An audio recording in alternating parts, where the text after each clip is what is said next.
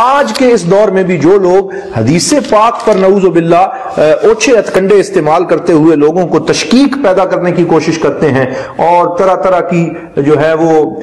باتیں کرتے ہوئے اور دلائل دیتے ہوئے یہ وہم پیدا کرنے کی کوشش کرتے ہیں کہ نہیں جی ہم اس بات کو نہیں مانتے، حدیث میں بہت سی ضعیف آ گئی ہیں، بڑی موضوع اس میں شامل ہو گئی ہیں، لہٰذا ہمارے لیے قرآن کافی ہے۔ اور اس سلسلے میں پہلے تو غلام احمد پرویز صاحب تھے، آج کے اس دور میں انکار سنت کی اس پوری مہم کی قیادت جاوید احمد غامدی صاحب جو ہیں وہ کر رہے ہیں۔ اگرچہ بڑے دھیمے مزاج میں بولتے ہیں، ان کے لہجے میں بڑا ہدوء ہے اور بات میں کنونس کرنے کے وہ ماہر ہیں، اور دھیمے سے لہجے میں بات کر کے اس یقین سے بول رہے ہوتے ہیں کہ سننے والا سمجھتا ہے کہ جو کہہ رہے ہیں ان کی بات بڑی دو ٹوک ہے، بلکہ اب تو کچھ لوگ جو ان کی مجلس سے ٹوٹے ہیں اور بہت لمبا عرصہ ان کے ساتھ چلنے کے بعد اب انہوں نے اپنا رستہ الگ کیا ہے، تو وہ بھی یہ بات ویڈیوز پہ آ کے کر رہے ہیں کہ ہم بھی جب انہیں سنتے تھے تو یوں یہی محسوس کرتے تھے کہ ان کی بات میں کوئی ڈاؤٹ نہیں ہو سکتا، کوئی شک نہیں ہو سکتا، اتنے یقین سے وہ بات کرتے تھے۔ لیکن جب ہم نے چھان بین کی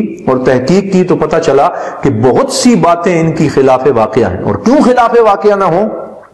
کہ بہت سارے مسائل میں محترم جاوید غامدی صاحب انکار سنت اور انکار حدیث کے مرتکب ہو چکے ہیں اور ہو رہے ہیں۔ وہ بڑی ہی دیدہ دلیری کے ساتھ اور بڑے ہی دھیمے انداز میں کہہ جاتے ہیں کہ یہ حدیث درست نہیں ہے، اس حدیث کو ہم نہیں مانتے۔ اب اس پہ بہت سی مثالیں دی جا سکتی ہیں، میں صرف 2 مثالیں عرض کر دیتا ہوں۔ حضور صلی اللہ علیہ وآلہ وسلم نے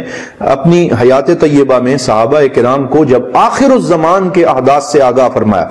اور سرکار دو عالم صلی اللہ علیہ وسلم نے فرمایا کہ ایک وقت آنے والا ہے جب دنیا بالکل اختتام کے قریب ہوگی اور امام مہدی کے ظہور کی علامات شروع ہو جائیں گی، تو اس زمانے سے آگاہ کرتے ہوئے سرکار دو عالم صلی اللہ علیہ وسلم نے فرمایا کہ آخری زمانے میں حضرت عیسیٰ علیہ السلام جن کو زندہ آسمان پہ اٹھا لیا گیا، اور قرآن پاک کی آیات اس پہ شاہد ہیں، وما قتلوہ وما صلبوہ ولکن شبہ لہم بل رفعہ اللہ الیہ، کہ اللہ رب العزت نے فرمایا نہ انہوں نے ان کو قتل کیا، نہ انہوں نے ان کو صلیب پہ چڑھایا، بلکہ ان کو جو ہے وہ متشابہ لگ گیا اور شک میں کسی اور بندے کو صلیب پہ ٹانگ کے وہ سمجھتے رہے کہ شاید یہ عیسیٰ ہیں، جبکہ اپنے نبی حضرت عیسیٰ علیہ السلام کو ہم نے آسمان پہ اٹھا لیا۔ اب اس پہ امت کا عقیدہ یہی ہے کہ حضرت عیسیٰ علیہ السلام کو زندہ آسمان پہ اٹھایا گیا اور آخری زمانے میں آپ دوبارہ جلوہ گر ہوں گے، اور شام میں ایک جامع مسجد جو ہے اس کے مینارے سے آپ ظاہر ہوں گے، اور پھر آپ مزید 40 سال یہاں گزاریں گے،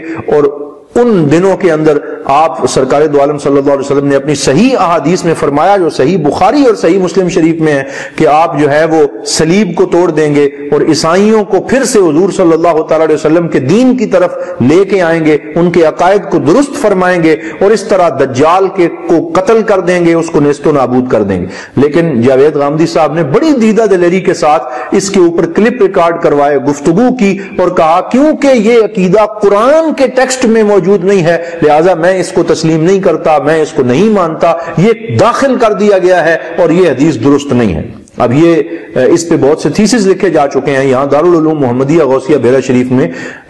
خود ہم نے دورہ حدیث شریف کے طلباء سے اس پہ پورا ایک تحقیقی مقالہ لکھوایا ہے کہ قادیانیت، پرویزیت اور غامدیت میں فکری مماثلتیں، تو یہ تینوں جو تحریکیں ہیں، قادیان سے ایک اٹھی ہے، اور ایک غلام احمد پرویز صاحب کی تحریک ہے، اور ایک جاوید غامدی صاحب کی، ان سب کے اندر قدر مشترک بہرحال یہ موجود ہے کہ یہ انکار سنت کرتے ہیں اور حضور صلی اللہ علیہ وسلم کی احادیث کا انکار کرتے ہیں، ان کو تسلیم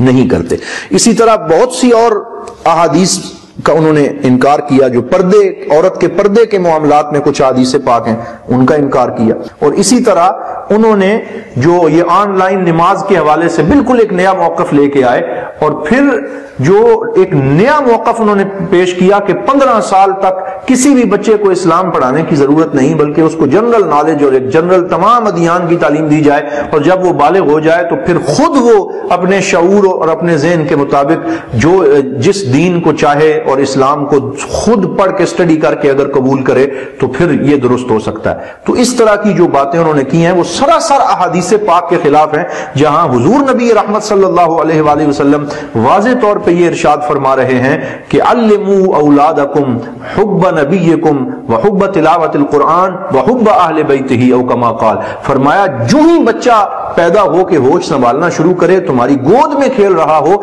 تو اپنے بچوں کو قرآن سکھاؤ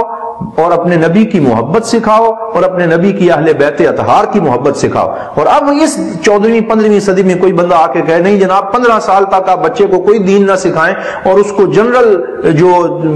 مختلف ٹاپکس ہیں وہ ان کو سکولوں میں پڑھاتے رہیں، جب وہ بالغ ہوگا تو خود اپنے لیے کوئی دین جو ہے اس کو چوز کر لے گا۔ تو یہ ایسی باتیں ہیں جو احادیث پاک کے خلاف ہیں اور انکار سنت پہ مبنی ہیں۔ لہذا آج کے اس مختصر درس حدیث میں میں یہ گزارش کرنا چاہوں گا کہ ہر وہ آواز جو اس دور میں ہمیں سنت رسول صلی اللہ علیہ وسلم سے دور کرنے کا سبب بنے اور احادیث پاک سے دور لے جانے کا سبب بنے، ہم نے اس آواز پہ کان نہیں دھرنے، خود تحقیق کریں۔ سرکار دو عالم صلی اللہ علیہ وسلم کی حدیث پاک کو مرتب کرنے میں صحابہ کرام نے اور اس کے بعد ائمہ کرام نے، حضرت امام بخاری نے، حضرت امام مالک نے، حضرت امام احمد بن حنبل نے اور دیگر ائمہ حدیث نے جو کوشش کی ہے، جو محنت کی ہے، جس علمی دیانت کا ثبوت دیا ہے اور ایک ایک حدیث کی خاطر مہینوں کا سفر کر کے ذخیرہ احادیث کو ایک گلدستے کی شکل میں کتابوں میں جمع کیا ہے اور اس کے لیے اپنی زندگیاں وقف کی ہیں، علم جرح و تعدیل، علم دراست الاسانید، پورے علوم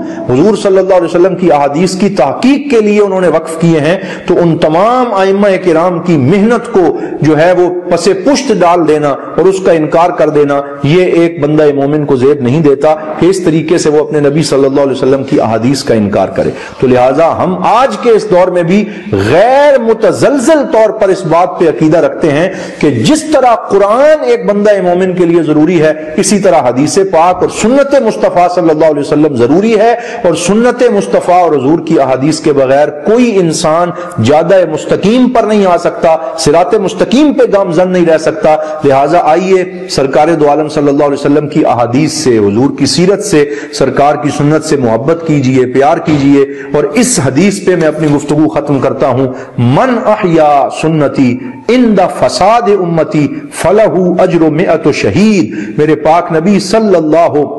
علیہ وآلہ وسلم نے ارشاد فرمایا، جس بندے نے امت کے اندر فساد کے دور میں میری ایک سنت کو زندہ کیا، اللہ رب العزت اسے 100 شہیدوں کا ثواب عطا فرمائیں گے۔ دعا ہے اللہ رب العزت ہمیں سرکار دو عالم صلی اللہ علیہ وسلم کے دین کی، حضور کی احادیث اور سنت کی خدمت کی توفیق عطا فرمائے۔ والسلام علیکم ورحمۃ اللہ وبرکاتہ۔